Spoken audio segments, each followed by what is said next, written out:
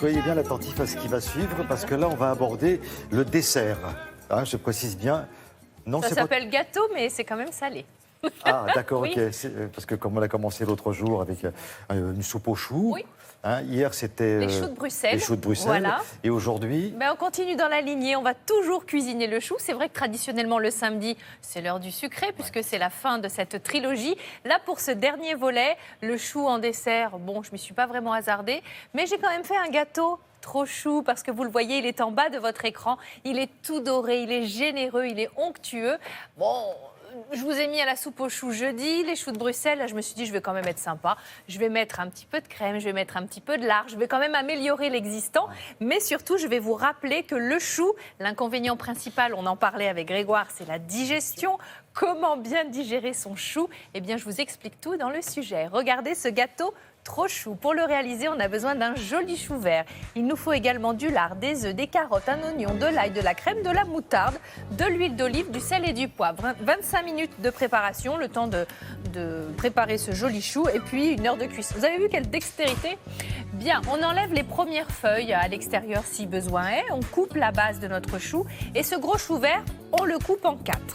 Dans un grand volume d'eau bouillante salée, on va mettre nos 4 quarts de chou, nos 4 petits morceaux. Donc on le fait blanchir. On le c'est fait ça blanchir. Ah. Bravo Thierry. Et vous faites l'opération une première fois et vous pouvez renouveler l'opération pour être sûr vraiment d'éliminer un maximum de substances qui font qu'on le digère mal. Donc une fois que vous l'avez blanchi, une fois que vous le rincez bien, vous jetez l'eau qui a servi la première fois, vous refaites bouillir de l'eau salée, vous remettez votre chou et après, on va pouvoir passer aux choses sérieuses. Donc de la même manière, on l'égoutte, on le rince et ensuite on va pouvoir le préparer. Donc, qu'est-ce qu'on va faire pour ce gâteau? On va faire comme une grande poêlée avec évidemment plein de saveurs. Donc on va mettre un oignon que l'on va éplucher, couper en petits dés. On va également rajouter des carottes dans cette recette, ce qui va donner quand même un peu de douceur, une petite touche sucrée. Donc on va bien éplucher ces carottes, les couper en morceaux. Je vous ai promis du lard, le voilà. Vous allez découper des petits morceaux de poitrine, fumés ou pas d'ailleurs. Et ensuite on va passer en cuisson. Donc un petit peu d'huile d'olive et on commence par faire revenir notre oignon. Donc on mélange bien, on va saler, on va poivrer évidemment. On n'oublie pas de goûter pour rectifier l'assaisonnement. On va rajouter notre poitrine, on va bien la faire revenir. Et puis ensuite on va rajouter les carottes de la même manière. On mélange à chaque fois. Là ça commence à embaumer, à faire vraiment saliver vos convives. Et puis le chou, on enlève la partie centrale, on va le couper en petits morceaux et l'ajouter dans la petite marmite. On mélange bien.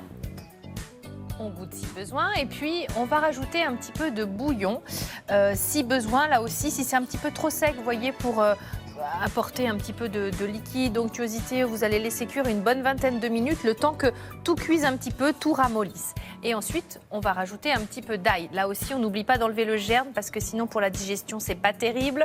On l'épluche, on le dégerme et on met une gousse d'ail dans la préparation. Si vous voulez que ce soit un petit peu plus aillé, mettez-en 2, sans aucun problème. On mélange bien. Alors maintenant, pour faire le gâteau, va falloir faire ce qu'on appelle un petit appareil pour faire tenir tout ça ensemble. Donc on va, dans un saladier, casser 4 œufs et on va mettre une petite pointe de moutarde parce qu'évidemment, ça se marie très bien avec le lard, avec le chou. Vous allez rajouter de la crème, un petit verre à moutarde de crème fraîche liquide. Là aussi, on assaisonne du sel, du poivre. Vous pouvez rajouter, pourquoi pas, de la muscade si vous aimez ça. Et c'est cet appareil qui va permettre à votre gâteau de prendre. Donc, tous vos petits légumes revenus avec le lard, vous le mettez à l'intérieur de ce mélange avec les œufs, la crème et l'assaisonnement. Et hop, un moule bien beurré. Vous avez vu, j'ai pris un moule à charnière assez haut parce que moi, j'aime mieux quand c'est plus haut que large. Donc, un moule bien haut, 40 minutes à 180 degrés. Si ça brunit trop vite, une petite feuille de papier aluminium. Et lorsqu'on ouvre le moule à charnière, voilà, on a quelque chose de bien doré, d'appétissant. Vraiment, j'ai tout donné pour vous faire manger du chou. J'ai commencé avec la soupe au chou. C'est vrai que c'était un peu diète, très légumes. Là, on a un petit peu amélioré. Voilà, c'est formidable. C'est vrai qu'en regardant la recette telle que vous l'avez proposée, c'est là que j'ai constaté que c'était vraiment pas un dessert. Ah ben non, pas du tout. Mais néanmoins, ça a la forme d'un gâteau. Et c'est magnifique. Voilà. Merci beaucoup pour ce prie. gâteau trop chou, Karine plaisir. Tessandier. Merci à tous les trois.